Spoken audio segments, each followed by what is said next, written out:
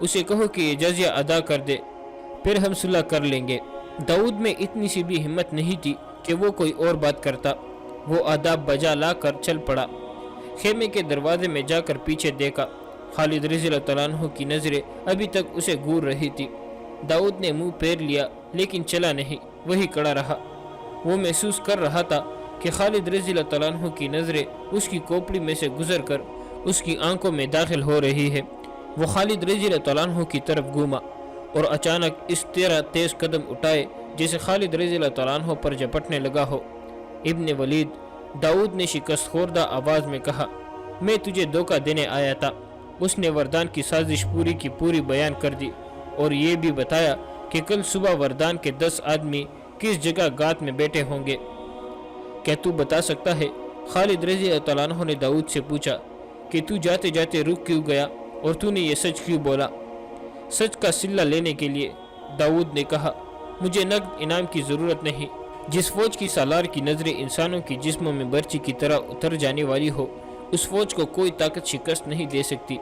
اے عربی سالار، میرا تجربہ اور میری عقل بتاتی ہے کہ فتح تیری ہوگی۔ میں صرف اتنا صلح مانگتا ہوں کہ جب تو ہماری بستیوں پر قبضہ کر لے تو میرے خاندان پر رحم کرنا اور ان کی عزت کا، ان کی جان و مال کا خیال رکھنا۔ اس نے بتایا کہ اس کا خاندان کون سی بستی میں رہتا ہے۔ خالد رضی اللہ تعالیٰ عنہ نے داؤد کو رخصت کر دیا۔ داؤد نے واپس جا کر وردان کو بتایا کہ وہ خالد رضی اللہ تعالیٰ عنہ کو پیغام دے کر آ گیا ہے اور خالد رضی اللہ تعالیٰ عنہ مقررہ وقت پر اکیلے آئیں گے۔ داؤد نے خالد رضی اللہ تعالیٰ عنہ کی شخصیت سے ایسا تاثر لیا تھا کہ اس نے اپنے آپ کو یقین دلایا تھا کہ رومی ہاریں گے اور فتح مسلمانوں کی ہوگی۔ اس نے اپنی فوج کے سالار اعلیٰ سے جھوٹ بولا کہ خالد رضی اللہ تعالیٰ عنہ مقررہ وقت پر آ جائیں گے۔ صبح طلوع ہوئی، ابو عبیدہ رضی اللہ تعالیٰ عنہ خالد رضی اللہ تعالیٰ عنہ کے پاس آئے۔ خالد رضی اللہ تعالیٰ عنہ نے انہیں رومی سالاروں وردان کی سازش بتائی۔ وہ 10 رومی مجھے قتل کرنے کے لیے گات میں پہنچ چکے ہوں گے۔ خالد رضی اللہ تعالیٰ عنہ نے کہا، میں چاہتا ہوں کہ اکیلا جا کر ان 10 آدمیوں کو ختم کر دوں۔ بڑا اچھا شکار ہے۔ نہیں ابن ولید، ابو عبیدہ نے کہا، یہ تیرا کام نہیں۔ 10 آدمیوں کے مقابلے میں تو قتل یا زخمی ہو سکتا ہے۔ تو بڑا قیمتی آدمی ہے۔ یوں کر 10 آدمی ایسے چن لے جو بہت ہی بہادر ہو، انہیں وہ جگہ بتا کر بھیج دے۔ خالد رضی اللہ تعالیٰ عنہ نے 10 مجاہدین منتخب کیے اور انہیں بتایا کہ کہاں جانا اور کیا کرنا ہے۔ ان میں زرار بن الازور بھی تھے۔ انہیں ان 10 آدمیوں کا کمانڈر مقرر کیا گیا۔ مشہور مورخ واقدی نے یہ واقعہ ذرا مختلف بیان کیا ہے۔ وہ لکھتا ہے کہ تے یہ پایا تھا کہ خالد رضی اللہ تعالیٰ عنہ اور وردان کی ملاقات ہوگی۔ وردان خالد رضی اللہ تعالیٰ عنہ کو دبوچ لے گا اور اس کی پکار پر اس کے 10 رومی گات سے نکل کر خالد رضی اللہ تعالیٰ عنہ کو قتل کر دیں گے۔ 3 اور مورخوں نے یہ واقعہ اس طرح بیان کیا ہے۔ وردان نے اپنے 10 آدمی رات کے آخری پہر کی تاریخ میں گات لگانے کے لیے بھیج دیے تھے۔ خالد رضی اللہ تعالیٰ عنہ نے اپنے 10 آدمی اسی وقت کے لگ بھگ بھیج دیے۔ اس کے ساتھ ہی خالد رضی اللہ تعالیٰ عنہ نے اپنے سالاروں سے کہا کہ وہ گزشتہ روز کی ترتیب سے میدان جنگ میں کھڑے ہو جائے اور حملے کے لیے تیار رہے۔ وردان نے مسلمانوں کو جنگی ترتیب میں آتے دیکھ کر جنگی ترتیب میں ہو جانے کا حکم دیا اور صبح طلوع ہوتے ہی وہ شاہانہ جنگی لباس میں اس جگہ پر چلا گیا جہاں اس نے خالد رضی اللہ تعالیٰ عنہ کو ملاقات کے لیے بلایا تھا۔ ادھر سے خالد رضی اللہ تعالیٰ عنہ بھی آ گئے اور دونوں ایک دوسرے کے سامنے کھڑے ہو گئے۔ او عرب کے بدو، وردان نے خالد رضی اللہ تعالیٰ عنہ سے کہا، تو اور تیرے لوگ عرب میں بھوکے مرتے ہیں اور تو قیصر روم کی شاہی فوج کے مقابلے میں آ گیا ہے۔ او لٹیرے، کیا میں نہیں جانتا کہ تم لوگ وہاں مفلسی کی بدترین زندگی گزارتے ہو؟ او رومی کتے، خالد رضی اللہ تعالیٰ عنہ نے غضبناک آواز میں کہا، میں تجھے آخری بار کہتا ہوں، اسلام قبول کر لے یا جزیہ ادا کر۔ وردان نے جبٹ کر خالد رضی اللہ تعالیٰ عنہ کو اپنے بازو میں جکڑ لیا۔ آؤ آؤ، وردان نے اپنے 10 آدمیوں کو پکارا جو قریب ہی کہیں چھپے ہوئے تھے۔ خالد رضی اللہ تعالیٰ عنہ کم طاقتور تو نہیں تھے، لیکن وردان بھی طاقت میں کچھ کم نہ تھا۔ خالد رضی اللہ تعالیٰ عنہ نے بہت زور لگایا کہ وردان سے ذرا سا آزاد ہو جائے تاکہ تلوار نیام سے نکال سکے، لیکن کامیاب نہ ہو سکے۔ انہوں نے دیکھا کہ 10 رومی اپنے فوج وردی میں ان کی طرف دوڑے آ رہے ہیں۔ خالد رضی اللہ تعالیٰ عنہ کو اپنا آخری وقت نظر آنے لگا۔ انہیں توقع تھی کہ زرار اور ان کے مجاہدین نے گات والے 10 آدمیوں کو ختم کر دیا ہوگا، مگر وہ 10 کے 10 زندہ چلے آ رہے تھے۔ خالد رضی اللہ تعالیٰ عنہ کو خیال آیا کہ زرار ان کے مجاہدین رومیوں کے ہاتھوں مارے گئے ہیں۔ رومی جب قریب آئے تو ایک نے خود ذرا اور قمیص اتار کر پھینک دی اور اللہ اکبر کا نعرہ لگایا۔ تب خالد رضی اللہ تعالیٰ عنہ نے دیکھا کہ یہ تو زرار ہے۔ انہوں نے باقی 9 کو قریب سے دیکھا تو وہ ان کے اپنے ہی منتخب کیے ہوئے مجاہدین تھے۔ یہ مذاق زرار بن الازور نے کیا تھا۔ انہوں نے گات میں بیٹھے ہوئے رومیوں کو بڑی اطمینانی سے قتل کر دیا تھا، پھر ان کی وردیاں اتار کر پہن لی۔ انہیں معلوم تھا کہ وردان پکارے گا۔ وہ وردان کی پکار پر نکل آئے۔ وردان خوش ہو گیا کہ اس کی سازش کامیاب ہو گئی ہے۔ پیچھے ہٹ ابن ولید، زرار نے تلوار نکال کر کہا، یہ میرا شکار ہے، اور وہ وردان کی طرف بڑھنے لگا۔ قسم ہے تجھے اس کی جو کوئی بھی تیرا معبود ہے۔ وردان نے خالد رضی اللہ تعالیٰ عنہ سے کہا، مجھے اپنی تلوار سے ختم کر اور اس شیطان کو مجھ سے دور رکھ۔ زرار نے اپنی ایک دہشتناک مثال قائم کر رکھی تھی۔ وردان نے زرار کو ذاتی مقابلوں میں رومیوں کو کاٹتے بھی دیکھا تھا۔ اسے ڈر تھا کہ زرار اسے اذیت دے دے کر ماریں گے، اس کے لیے اب باغ نکلنا ناممکن تھا۔ وہ چاہتا تھا کہ اسے جلدی مار دیا جائے۔ خالد رضی اللہ تعالیٰ عنہ نے زرار کو اشارہ کیا اور ہاتھ ان کی طرف بڑھایا۔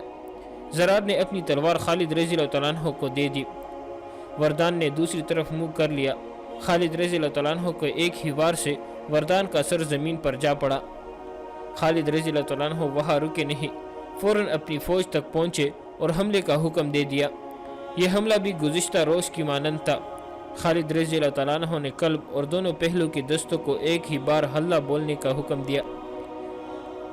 انہوں نے 4000 مجاہدین کا محفوظہ، جس کے سالار یزید بن ابی سفیان تھے، پیچھے رکھا۔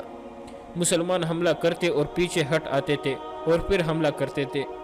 رومی تعداد میں بہت زیادہ تھے، لیکن ان کا سالار اعلیٰ ان میں نہیں تھا۔ اس کی وجہ سے ان کا سالار کو کولار کمان کر رہا تھا۔ رومی جم کر مقابلہ کر رہے تھے، لیکن مسلمانوں کے حملے غضبناک تھے۔ ان کے سالار سپاہیوں کی طرح لڑ رہے تھے، جو خالد رضی اللہ تعالیٰ عنہ سالار سے سپاہی بن گئے تھے۔ رومی سالار لڑا نہیں کرتے بلکہ حکم دیا کرتے تھے، لیکن اس معرکے میں وہ مسلمان سالاروں کو دیکھ دیکھ کر سپاہیوں کی طرح لڑنے لگے، جن کی شدت اور خونریزی بڑھتی چلی گئی۔ دونوں طرف کوئی چال نہیں چلی جا رہی تھی۔ زیادہ نقصان رومیوں کا ہو رہا تھا۔ ان کا لشکر تہ در تہ تھا۔ خالد رضی اللہ تعالیٰ عنہ نے یہ سوچ کر اتنا شدید حملہ کرایا تھا کہ دشمن کا سالار اعلیٰ مارا جا چکا ہے، اور مجاہدین یہ دیکھ کر تابڑ توڑ حملہ کرتے تھے کہ رومیوں کی تعداد اتنی زیادہ ہے کہ وہ ایک دوسرے میں پنس کر رہ گئے ہیں۔ خالد رضی اللہ تعالیٰ عنہ حملے کا ایک اور مرحلہ شروع کرنا چاہتے تھے، جس کے لیے وہ موزوں موقع دیکھ رہے تھے۔ چند گھنٹوں بعد انہیں یہ موقع ملا۔ دونوں فوجیں تک گئی تھی۔ رومیوں کو پتہ چل گیا تھا کہ ان کا سالار اعلیٰ ان میں نہیں، البتہ دوسرے رومی سالار پورے جوش و خروش سے لڑ بھی رہے تھے اور لڑا بھی رہے تھے۔ خالد رضی اللہ تعالیٰ عنہ نے 4000 نفری کی محفوظہ کو، جس کے سالار یزید بن ابو سفیان تھے، دشمن کے قلب پر حملے کا حکم دیا۔ یہ 4000 مجاہدین تازہ دم تھے اور لڑائی میں شریک ہونے کے لیے اتنے بے تاب تھے کہ نعرے لگاتے اور بے قابو ہو جاتے تھے۔ حکم ملتے ہی وہ رکے ہوئے سیلاب کی طرح گئے اور اتنا شدید حملہ کیا کہ رومیوں کی صفوں کے اندر تک چلے گئے۔ مجاہدین کے سالار رومیوں کے سالار کبکلار کو ڈھونڈ رہے تھے۔ مرکزی جھنڈا اس کے پاس تھا اور وہ وردان کا قائم مقام تھا۔ پہلے بتایا جا چکا ہے کہ اس نے وردان سے کہہ دیا تھا کہ مسلمانوں کے ساتھ صلح سمجھوتا کر لیا جائے۔ اس کی دوربین نگاہوں نے دیکھ لیا کہ مسلمان رومیوں پر غالب آ جائیں گے۔ وردان نے اسے ڈانٹ دیا تھا۔ مورخ طبریہ اور ابو سعید نے لکھا ہے کہ مجاہدین کو کبکلار مل گیا۔ اسے دیکھ کر سب حیران رہ گئے۔ وہ سالار لگتا ہی نہیں تھا، وہ تو جنگ سے لاتعلق کڑا۔ اس نے اپنے سر پر اس طرح کپڑا لپٹا ہوا تھا کہ اس کی آنکھیں بھی ڈھکی ہوئی تھی۔ اس کے محافظوں نے بے دلی سے مقابلہ کیا، شاید اس لیے کہ وہ اپنے سالار کو نیم مردہ سمجھ رہے تھے۔ انہی سے پتہ چلا تھا کہ یہ ہے کبکلار۔ مجاہدین نے اسے اس حالت میں قتل کر دیا۔ بعض مورخوں نے خیال ظاہر کیا ہے کہ کبکلار نے اپنی آنکھوں پر اس لیے کپڑا ڈال رکھا تھا کہ وہ اپنے لشکر کا قتل عام نہیں دیکھ سکتا تھا۔ اس کی قوت برداشت جواب دے گئی تھی۔ رومیوں کا مرکزی پرچم گر پڑا۔ مجاہدین اب یہ نعرے لگا رہے تھے، خدا کی قسم، ہم نے رومیوں کے دونوں سپہ سالاروں کو قتل کر دیا ہے۔ رومیوں، تمہارا پرچم کہاں ہے؟ شہنشاہ ہیرکل کو بلاؤ۔ رومیو تمہاری سلیبے اور جھنڈے کہاں ہے؟ مجاہدین اسلام تو اپنے اللہ اور رسول اور ایک عقیدے کی خاطر لڑ رہے تھے، لیکن رومی جن کے حکم سے لڑ رہے تھے وہ مارے جا چکے تھے۔ مجاہدین کے پاس ایمان کی قوت تھی، وہ جادو کی طرح رومیوں پر غالب آ گئے۔ رومی بھاگنے لگے، ان میں سے کچھ بیت المقدس کی طرف بھاگے جا رہے تھے، کچھ غزہ اور بعض یافا کی طرف۔ رومیوں کی جنگی طاقت کو مکمل طور پر تباہ کرنے کے لیے خالد رضی اللہ تعالیٰ عنہ نے اپنے سوار دستوں کو حکم دیا کہ بھاگتے دشمنوں کا تعاقب کرے اور کسی کو زندہ نہ چھوڑے۔ وہ ایک عبرتناک منظر تھا، رومی جانیں بچانے کے لیے ادھر ادھر بھاگ رہے تھے اور مسلمان سوار ان کے تعاقب میں جا کر انہیں برچیوں میں پرور رہے تھے۔ ان رومیوں نے اپنی تعداد پر بھروسہ کیا تھا، شراب کے نشے کو وہ اپنی طاقت سمجھتے تھے۔ انہوں نے مسلمانوں کو غریب اور نادار سمجھ کر انہیں ایک ایک دینار پیش کیا تھا۔ خالد رضی اللہ تعالیٰ عنہ نے انہیں کہا تھا کہ تم سے دینار تو ہم لے ہی لیں گے۔ اب ان رومیوں کو کہیں پناہ نہیں مل رہی تھی۔ ان کا میدان جنگ میں اتنا نقصان نہیں ہوا تھا جتنا میدان جنگ سے بھاگتے وقت ہوا۔ ان میں سے خوش قسمت وہ تھے جو بیت المقدس پہنچ گئے اور شہر میں داخل ہو گئے تھے۔ یہ قتل عام اس وقت رکا جب سورج غروب ہو گیا اور اندھیرا اتنا کہ سواروں کو اپنے گھوڑے کے سر نظر نہیں آ رہے تھے۔ اس وقت خالد رضی اللہ تعالیٰ عنہ اپنے خیمے میں تھے۔ انہیں بتایا گیا کہ داؤد نام کا ایک عیسائی عرب ان سے ملنے آیا ہے۔ خالد رضی اللہ تعالیٰ عنہ نے نام سنتے ہی باہر کو دوڑے۔ خدا کی قسم داؤد، خالد رضی اللہ تعالیٰ عنہ اسے گلے لگا کر بولے، تو نے میری فتح آسان کر دی ہے۔ بندوں کا شکریہ ادا کرنا بھی اعلیٰ اخلاق کی علامت ہوتی ہے۔ کوئی بھی انعام کافی نہیں ہو سکتا جو میں تجھے دوں۔ کہاں ہے تیری بیوی بچے؟ کسی نے ان پر ہاتھ تو نہیں اٹھایا؟ نہیں ابن ولید، داؤد نے کہا، میں کوئی انعام لینے نہیں آیا، مجھے انعام مل چکا ہے۔ دیکھ میں زندہ ہوں اور میرا سارا خاندان زندہ ہے۔ اب ایک انعام مجھے یہ دے کہ یہ راز تیرے سینے میں رہے کہ میں نے تیری مدد کی تھی۔ روم کی شہنشاہی زندہ ہے، ابھی تو اس شہنشاہی میں داخل ہوا ہے، تیرا راز کیسر روم تک نہیں پہنچے گا۔ خالد رضی اللہ تعالیٰ عنہ نے کہا، اور خدا کی قسم تو مال غنیمت کے حصے کا حقدار ہے، میں تجھے حصہ دوں گا اور تو جو مانگے گا دوں گا۔ مجرمانہ تھا، وہ خالد رضی اللہ تعالیٰ عنہ کی نظروں کی تاب نہ لا سکا۔ مورخ لکھتے ہیں کہ خالد رضی اللہ تعالیٰ عنہ کے چہرے پر ایک یا دو زخموں کے نشان تھے، جن سے ان کا چہرہ بگڑا تو نہیں تھا، لیکن زخموں کے نشانات کا اپنا ایک تاثر تھا جو داؤد کے لیے غالباً دہشت ناک بن گیا تھا۔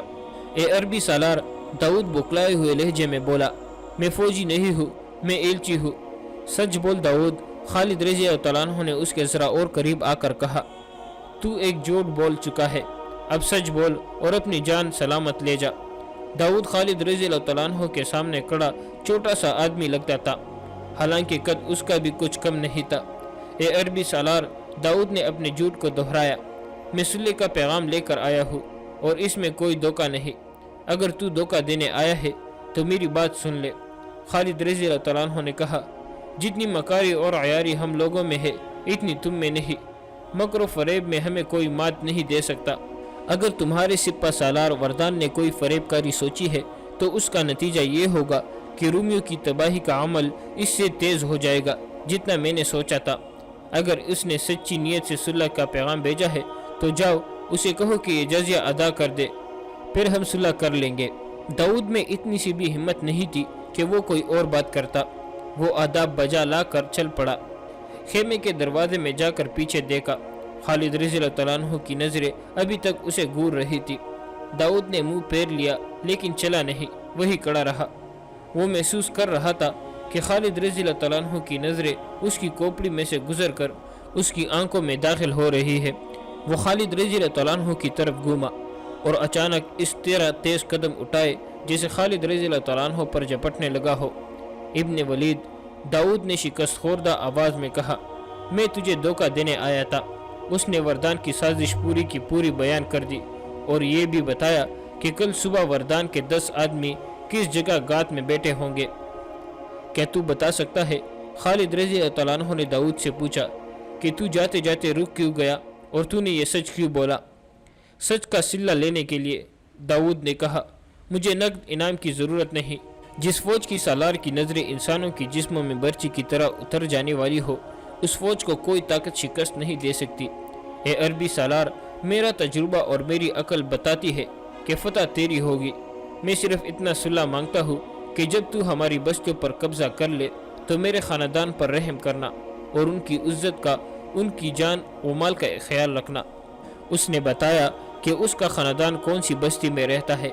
خالد رضی اللہ تعالیٰ عنہ نے داؤد کو رخصت کر دیا۔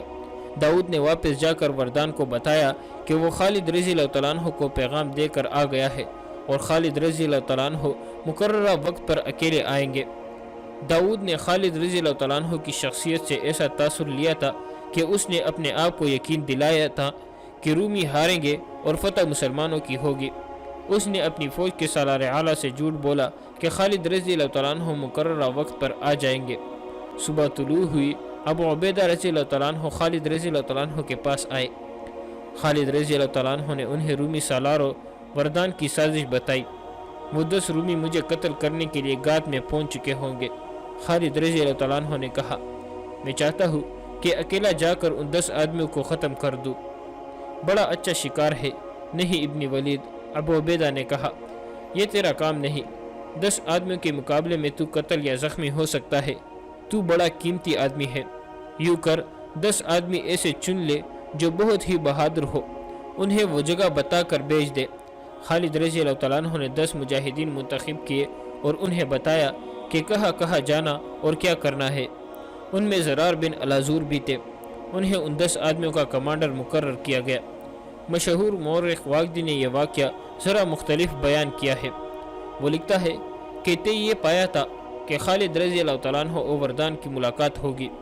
وردان خالد رضی اللہ تعالیٰ عنہ کو دبوچ لے گا اور اس کی پکار پر اس کے 10 رومی گات سے نکل کر خالد رضی اللہ تعالیٰ عنہ کو قتل کر دیں گے۔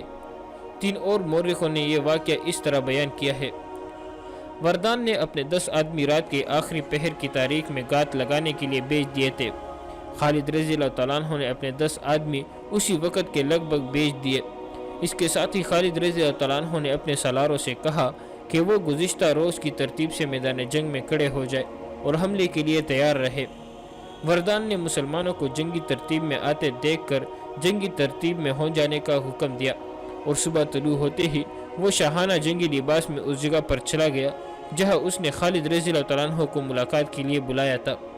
ادھر سے خالد رضی اللہ تعالیٰ عنہ بھی آ گئے اور دونوں ایک دوسرے کے سامنے کھڑے ہو گئے۔ او عرب کے بدو، وردان نے خالد رضی اللہ تعالیٰ عنہ سے کہا، تو اور تیرے لوگ عرب میں بھوکے مرتے ہیں اور تو کیسر روم کی شاہی فوج کے مقابلے میں آ گیا ہے۔ او لٹیرے، کیا میں نہیں جانتا کہ تم لوگ وہاں مفلسی کی بدترین زندگی گزارتے ہو؟ او رومی کتے، خالد رضی اللہ تعالیٰ عنہ نے غضبناک آواز میں کہا، میں تجھے آخری بار کہتا ہوں، اسلام قبول کر لے یا جزیہ ادا کر۔ وردان نے جبٹ کر خالد رضی اللہ تعالیٰ عنہ کو اپنے بازو میں جکڑ لیا۔ آؤ آؤ، وردان نے اپنے 10 آدمیوں کو پکارا جو قریب ہی کہیں چھپے ہوئے تھے۔ خالد رضی اللہ تعالیٰ عنہ کم طاقتور تو نہیں تھے، لیکن وردان بھی طاقت میں کچھ کم نہ تھا۔ خالد رضی اللہ تعالیٰ عنہ نے بہت زور لگایا کہ وردان سے ذرا سا آزاد ہو جائے تاکہ تلوار نیام سے نکال سکے، لیکن کامیاب نہ ہو سکے۔ انہوں نے دیکھا کہ 10 رومی اپنے فوج وردی میں ان کی طرف دوڑے آ رہے ہیں۔ خالد رضی اللہ تعالیٰ عنہ کو اپنا آخری وقت نظر آنے لگا۔ انہیں توقع تھی کہ زرار اور ان کے مجاہدین نے گات والے 10 آدمیوں کو ختم کر دیا ہوگا، مگر وہ 10 کے 10 زندہ چلے آ رہے تھے۔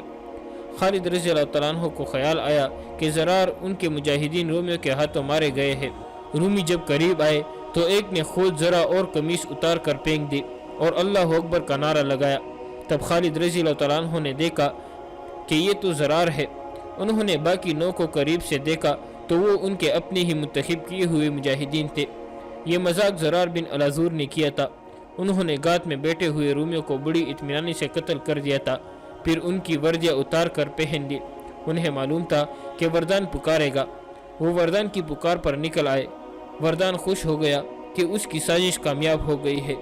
پیچھے ہٹ ابن ولید، زرار نے تلوار نکال کر کہا، یہ میرا شکار ہے، اور وہ وردان کی طرف بڑھنے لگا۔ قسم ہے تجھے اس کی جو کوئی بھی تیرا معبود ہے۔ وردان نے خالد رضی اللہ تعالیٰ عنہ سے کہا، مجھے اپنی تلوار سے ختم کر اور اس شیطان کو مجھ سے دور رکھ۔ زرار نے اپنی ایک دہشتناک مثال قائم کر رکھی تھی۔ وردان نے زرار کو ذاتی مقابلہ میں رومیوں کو کاٹتے بھی دیکھا تھا۔ اسے ڈر تھا کہ زرار اسے اذیت دے دے کر ماریں گے، اس کے لیے اب باغ نکلنا ناممکن تھا۔ وہ چاہتا تھا کہ اسے جلدی مار دیا جائے۔ خالد رضی اللہ تعالیٰ عنہ نے زرار کو اشارہ کیا اور ہاتھ ان کی طرف بڑھایا۔ زرار نے اپنی تلوار خالد رضی اللہ تعالیٰ عنہ کو دے دی۔ وردان نے دوسری طرف منہ کر لیا۔ خالد رضی اللہ تعالیٰ عنہ کو ایک ہی وار سے وردان کا سر زمین پر جا پڑا۔ خالد رضی اللہ تعالیٰ عنہ وہاں رکے نہیں، فوراً اپنی فوج تک پہنچے اور حملے کا حکم دے دیا۔ یہ حملہ بھی گزشتہ روز کی مانند تھا۔ خالد رضی اللہ تعالیٰ عنہ نے قلب اور دونوں پہلو کے دستوں کو ایک ہی بار حلہ بولنے کا حکم دیا۔ انہوں نے 4000 مجاہدین کا محفوظہ، جس کے سالار یزید بن ابی سفیان تھے، پیچھے رکھا۔ مسلمان حملہ کرتے اور پیچھے ہٹ آتے تھے اور پھر حملہ کرتے تھے۔ رومی تعداد میں بہت زیادہ تھے، لیکن ان کا سالار اعلیٰ ان میں نہیں تھا۔ اس کی وجہ سے ان کا سالار کو کولار کمان کر رہا تھا۔ رومی جم کر مقابلہ کر رہے تھے، لیکن مسلمانوں کے حملے غضبناک تھے۔ ان کے سالار سپاہیوں کی طرح لڑ رہے تھے، جو خالد رضی اللہ تعالیٰ عنہ سالار سے سپاہی بن گئے تھے۔ رومی سالار لڑا نہیں کرتے بلکہ حکم دیا کرتے تھے، لیکن اس معرکے میں وہ مسلمان سالاروں کو دیکھ دیکھ کر سپاہیوں کی طرح لڑنے لگے، جن کی شدت اور خونریزی بڑھتی چلی گئی۔ دونوں طرف کوئی چال نہیں چلی جا رہی تھی۔ زیادہ نقصان رومیوں کا ہو رہا تھا۔ ان کا لشکر تہ در تہ تھا۔ خالد رضی اللہ تعالیٰ عنہ نے یہ سوچ کر اتنا شدید حملہ کرایا تھا کہ دشمن کا سالار اعلیٰ مارا جا چکا ہے، اور مجاہدین یہ دیکھ کر تابڑ توڑ حملہ کرتے تھے کہ رومیوں کی تعداد اتنی زیادہ ہے کہ وہ ایک دوسرے میں پنس کر رہ گئے ہیں۔ خالد رضی اللہ تعالیٰ عنہ حملے کا ایک اور مرحلہ شروع کرنا چاہتے تھے، جس کے لیے وہ موزوں موقع دیکھ رہے تھے۔ چند گھنٹوں بعد انہیں یہ موقع ملا۔ دونوں فوجیں تک گئی تھی۔ رومیوں کو پتہ چل گیا تھا کہ ان کا سالار اعلیٰ ان میں نہیں، البتہ دوسرے رومی سالار پورے جوش و خروش سے لڑ بھی رہے تھے اور لڑا بھی رہے تھے۔ خالد رضی اللہ تعالیٰ عنہ نے 4000 نفری کی محفوظہ کو، جس کے سالار یزید بن ابو سفیان تھے، دشمن کے قلب پر حملے کا حکم دیا۔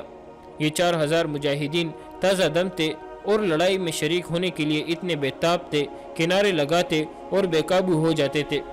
حکم ملتے ہی وہ رکے ہوئے سیلاب کی طرح گئے اور اتنا شدید حملہ کیا کہ رومیوں کی صفوں کے اندر تک چلے گئے۔ مجاہدین کے سالار رومیوں کے سالار کولار کو ڈھونڈ رہے تھے۔ مرکزی جھنڈا اس کے پاس تھا اور وہ وردان کا قائم مقام تھا۔ پہلے بتایا جا چکا ہے کہ اس نے وردان سے کہہ دیا تھا کہ مسلمانوں کے ساتھ صلح سمجھوتا کر لیا جائے۔ اس کی دوربین نگاہوں نے دیکھ لیا کہ مسلمان رومیوں پر غالب آ جائیں گے۔ وردان نے اسے ڈانٹ دیا تھا۔ مورخ طبریہ اور ابو سعید نے لکھا ہے کہ مجاہدین کو کولار مل گیا۔ اسے دیکھ کر سب حیران رہ گئے۔ وہ سالار لگتا ہی نہیں تھا، وہ تو جنگ سے لاتعلق کڑا۔ اس نے اپنے سر پر اس طرح کپڑا لپٹا ہوا تھا کہ اس کی آنکھیں بھی ڈھکی ہوئی تھی۔ اس کے محافظوں نے بے دلی سے مقابلہ کیا، شاید اس لیے کہ وہ اپنے سالار کو نیم مردہ سمجھ رہے تھے۔ انہی سے پتہ چلا تھا کہ یہ ہے کولار۔ مجاہدین نے اسے اس حالت میں قتل کر دیا۔ بعض مورخوں نے خیال ظاہر کیا ہے کہ کولار نے اپنی آنکھوں پر اس لیے کپڑا ڈال رکھا تھا کہ وہ اپنے لشکر کا قتل عام نہیں دیکھ سکتا تھا۔ اس کی قوت برداشت جواب دے گئی تھی۔ رومیوں کا مرکزی پرچم گر پڑا۔ مجاہدین اب یہ نعرے لگا رہے تھے، خدا کی قسم، ہم نے رومیوں کے دونوں سپہ سالاروں کو قتل کر دیا ہے۔ رومیوں، تمہارا پرچم کہاں ہے؟ شہنشاہ ہرقل کو بلاؤ۔ رومیوں، تمہاری صلیبیں اور جھنڈے کہاں ہے؟ مجاہدین اسلام تو اپنے اللہ اور رسول اور ایک عقیدے کی خاطر لڑ رہے تھے، لیکن رومی جن کے حکم سے لڑ رہے تھے وہ مارے جا چکے تھے۔ مجاہدین کے پاس ایمان کی قوت تھی، وہ جادو کی طرح رومیوں پر غالب آ گئے۔ رومی بھاگنے لگے۔ ان میں سے کچھ بیت المقدس کی طرف بھاگے جا رہے تھے، کچھ غزہ اور بعض یافا کی طرف۔ رومیوں کی جنگی طاقت کو مکمل طور پر تباہ کرنے کے لیے خالد رضی اللہ تعالیٰ عنہ نے اپنے سوار دستوں کو حکم دیا کہ بھاگتے دشمنوں کا تعاقب کرے اور کسی کو زندہ نہ چھوڑے۔ وہ ایک عبرتناک منظر تھا۔ رومی جانے بچانے کے لیے ادھر ادھر بھاگ رہے تھے اور مسلمان سوار ان کے تعاقب میں جا کر انہیں برچیوں میں پرور رہے تھے۔ ان رومیوں نے اپنی تعداد پر بھروسہ کیا تھا۔ شراب کے نشے کو وہ اپنی طاقت سمجھتے تھے۔ انہوں نے مسلمانوں کو غریب اور نادار سمجھ کر انہیں ایک ایک دینار پیش کیا تھا۔ خالد رضی اللہ تعالیٰ عنہ نے انہیں کہا تھا کہ تم سے دینار تو ہم لے ہی لیں گے۔ اب ان رومیوں کو کہیں پناہ نہیں مل رہی تھی۔ ان کا میدان جنگ میں اتنا نقصان نہیں ہوا تھا جتنا میدان جنگ سے بھاگتے وقت ہوا۔ ان میں سے خوش قسمت وہ تھے جو بیت المقدس پہنچ گئے۔ اور شہر میں داخل ہو گئے تھے۔ یہ قتل عام اس وقت رکا جب سورج غروب ہو گیا اور اندھیرا اتنا کہ سواروں کو اپنے گھوڑے کے سر نظر نہیں آ رہے تھے۔ اس وقت خالد رضی اللہ تعالیٰ عنہ اپنے خیمے میں تھے۔ انہیں بتایا گیا کہ داؤد نام کا ایک عیسائی عرب ان سے ملنے آیا ہے۔ خالد رضی اللہ تعالیٰ عنہ نے نام سنتے ہی باہر کو دوڑے۔ خدا کی قسم داؤد، خالد رضی اللہ تعالیٰ عنہ اسے گلے لگا کر بولے، تو نے میری فتح آسان کر دی ہے۔ بندوں کا شکریہ ادا کرنا بھی اعلیٰ اخلاق کی علامت ہوتی ہے۔ کوئی بھی انعام کافی نہیں ہو سکتا جو میں تجھے دوں۔ کہا ہے تیری بیوی بچے، کسی نے ان پر ہاتھ تو نہیں اٹھایا؟ نہیں ابن ولید، داؤد نے کہا، میں کوئی انعام لینے نہیں آیا، مجھے انعام مل چکا ہے۔ دیکھ میں زندہ ہوں اور میرا سارا خاندان زندہ ہے۔ اب ایک انعام مجھے یہ دے کہ یہ راز تیرے سینے میں رہے کہ میں نے تیری مدد کی تھی۔ روم کی شہنشاہی زندہ ہے، ابھی تو اس شہنشاہی میں داخل ہوا ہے، تیرا راز کیسر روم تک نہیں پہنچے گا۔ خالد رضی اللہ تعالیٰ عنہ نے کہا، اور خدا کی قسم تو مال غنیمت کے حصے کا حقدار ہے، میں تجھے حصہ دوں گا اور تو جو مانگے گا دوں گا۔ آگے جا رہے تھے کچھ غزہ اور بعض یافا کی طرف۔ رومیوں کی جنگی طاقت کو مکمل طور پر تباہ کرنے کے لیے خالد رضی اللہ تعالیٰ عنہ نے اپنے سوار دستوں کو حکم دیا کہ بھاگتے دشمنوں کا تعاقب کرے اور کسی کو زندہ نہ چھوڑے۔ وہ ایک عبرتناک منظر تھا۔ رومی جانے بچانے کے لیے ادھر ادھر بھاگ رہے تھے اور مسلمان سوار ان کے تعاقب میں جا کر انہیں برچیوں میں پرور رہے تھے۔ ان رومیوں نے اپنی تعداد پر بھروسہ کیا تھا، شراب کے نشے کو وہ اپنی طاقت سمجھتے تھے۔ انہوں نے مسلمانوں کو غریب اور نادار سمجھ کر انہیں ایک ایک دینار پیش کیا تھا۔ خالد رضی اللہ تعالیٰ عنہ نے انہیں کہا تھا کہ تم سے دینار تو ہم لے ہی لیں گے۔ اب ان رومیوں کو کہیں پناہ نہیں مل رہی تھی۔ ان کا میدان جنگ میں اتنا نقصان نہیں ہوا تھا جتنا میدان جنگ سے بھاگتے وقت ہوا۔ ان میں سے خوش قسمت وہ تھے جو بیت المقدس پہنچ گئے اور شہر میں داخل ہو گئے تھے۔ یہ قتل عام اس وقت رکا جب سورج غروب ہو گیا اور اندھیرا اتنا کہ سواروں کو اپنے گھوڑے کے سر نظر نہیں آ رہے تھے۔ اس وقت خالد رضی اللہ تعالیٰ عنہ اپنے خیمے میں تھے۔ انہیں بتایا گیا کہ داؤد نام کا ایک عیسائی عرب ان سے ملنے آیا ہے۔ خالد رضی اللہ تعالیٰ عنہ نے نام سنتے ہی باہر کو دوڑے۔ خدا کی قسم داؤد، خالد رضی اللہ تعالیٰ عنہ اسے گلے لگا کر بولے، تو نے میری فتح آسان کر دی ہے۔ بندوں کا شکریہ ادا کرنا بھی اعلیٰ اخلاق کی علامت ہوتی ہے۔ کوئی بھی انعام کافی نہیں ہو سکتا جو میں تجھے دوں۔ کہا ہے تیری بیوی بچے، کسی نے ان پر ہاتھ تو نہیں اٹھایا؟ نہیں ابن ولید، داؤد نے کہا، میں کوئی انعام لینے نہیں آیا، مجھے انعام مل چکا ہے۔ دیکھ میں زندہ ہوں اور میرا سارا خاندان زندہ ہے۔ اب ایک انعام مجھے یہ دے کہ یہ راز تیرے سینے میں رہے کہ میں نے تیری مدد کی تھی۔ روم کی شہنشاہی زندہ ہے، ابھی تو اس شہنشاہی میں داخل ہوا ہے، تیرا راز کیسر روم تک نہیں پہنچے گا۔ خالد رضی اللہ تعالیٰ عنہ نے کہا، اور خدا کی قسم تو مال غنیمت کے حصے کا حقدار ہے، میں تجھے حصہ دوں گا اور تو جو مانگے گا دوں گا۔